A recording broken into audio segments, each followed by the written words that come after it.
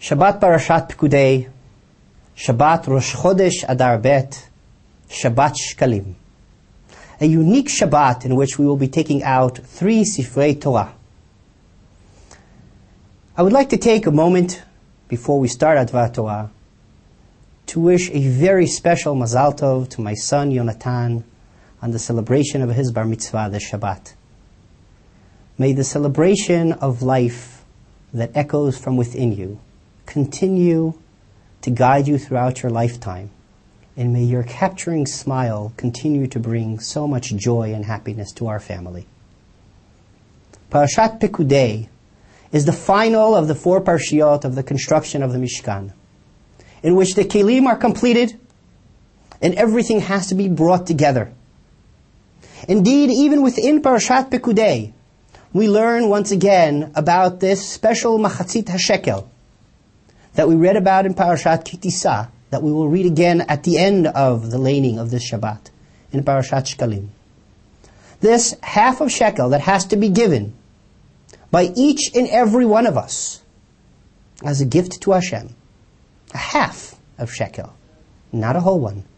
No matter how rich you are, no matter how poor you are, everyone brings the same amount. An amount of a half to represent that we are only half of a whole. We must stand together in order to worship Hashem.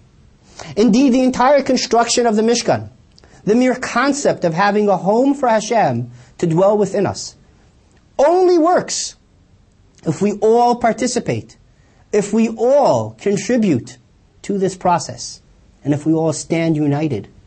For with the minute that we are not divided, the minute that there is hatred and division within the Jewish people, God will not dwell within us. Machatzit HaShekel, this wonderful commandment, which wraps up the contributions that we have towards the Mishkan, and every year, on the first day of Adar, as we celebrate Rosh Chodesh Adar, Sanhedrin will go out and call to everyone to remind us to bring in our contribution. We are reminded of the deep importance of standing together. Rosh Chodesh Adar is symbolized by the symbol of fish. I would like to bring you back to the early days, to the last few parshiyot of Parashat of Sefer Bereshit, to the moment in which Yaakov blesses his grandchildren, the moment in which we learnt of the beautiful prayer that has become such a common song with which we close our eyes in every single day of our lives. Hamalach hagoel oti mikol ra, yevarech et hanarim, v'yikara bahem shemi v'shem avotai, Abraham v'Yitzchak, ending curiously with the words, v'yidgu larov b'kerev haaretz. May we be like fish amongst the earth.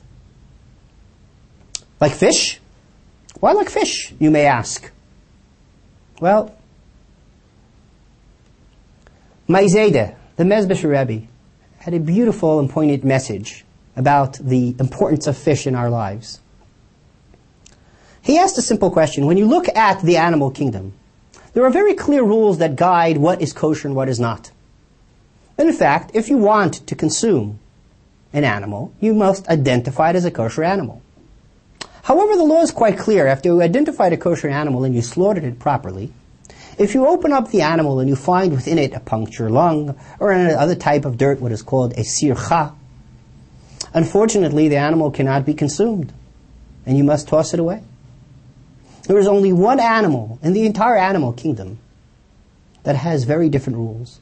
In fact, a fish that is identified as a kosher fish, if you identified a fish as a Jewish fish, so to say, and you handled it properly and opened it up, and within it there is some damage to the fish or some dirt, you may not throw it away. In fact, your obligation is quite simple and clear. You are obligated to clean it. This is the message that Yaakov had to his 2 grandchildren, and this is the profound message to each one of us as we enter the celebration of Chodesh Adar, that is supposed to be a month of joy and celebration, a month that brings us all together. And perhaps the most important message of the giving of the shkalim.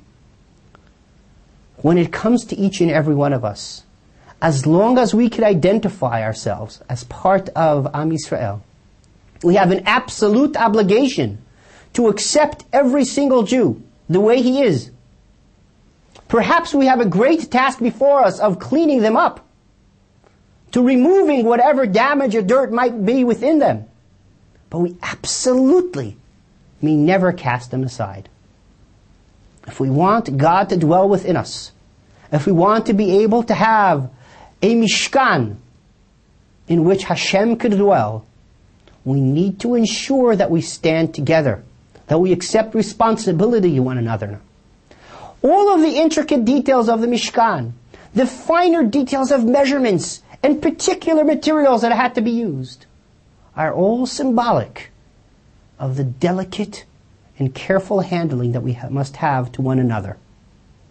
In fact, we give a half of a shekel because we know that we need another Jew to complete us. We know that everything that we give is only a half unless we stand together as one whole united people. In fact, even in the darkest moments, we have the sense of the presence of Hashem if we stand united. And thus, Sefer Shemot, that we close within this parsha, ends with the powerful lines, Ki anan Hashem al ha-mishkan yomam. The cloud of God is on this mishkan that might be a physical mishkan or a spiritual mishkan within us. The cloud of Hashem dwells upon it during the day. The day is a time in which it is easy for us to see the presence of Hashem, where things are going well.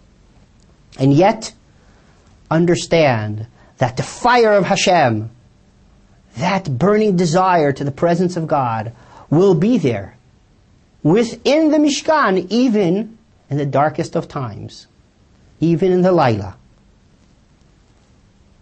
No matter what, if we stand together, le'enei kol Beit Yisrael, if kol Beit Yisrael stands together, our vision will be clear to be able to see the presence of God bechol maseihem, throughout all of the journeys that we take. Chazak chazak v'nitchazek. May we be strengthened. May we stand ba'ad arei Elokeinu ve'amenu. Shabbat shalom. Chodesh tov.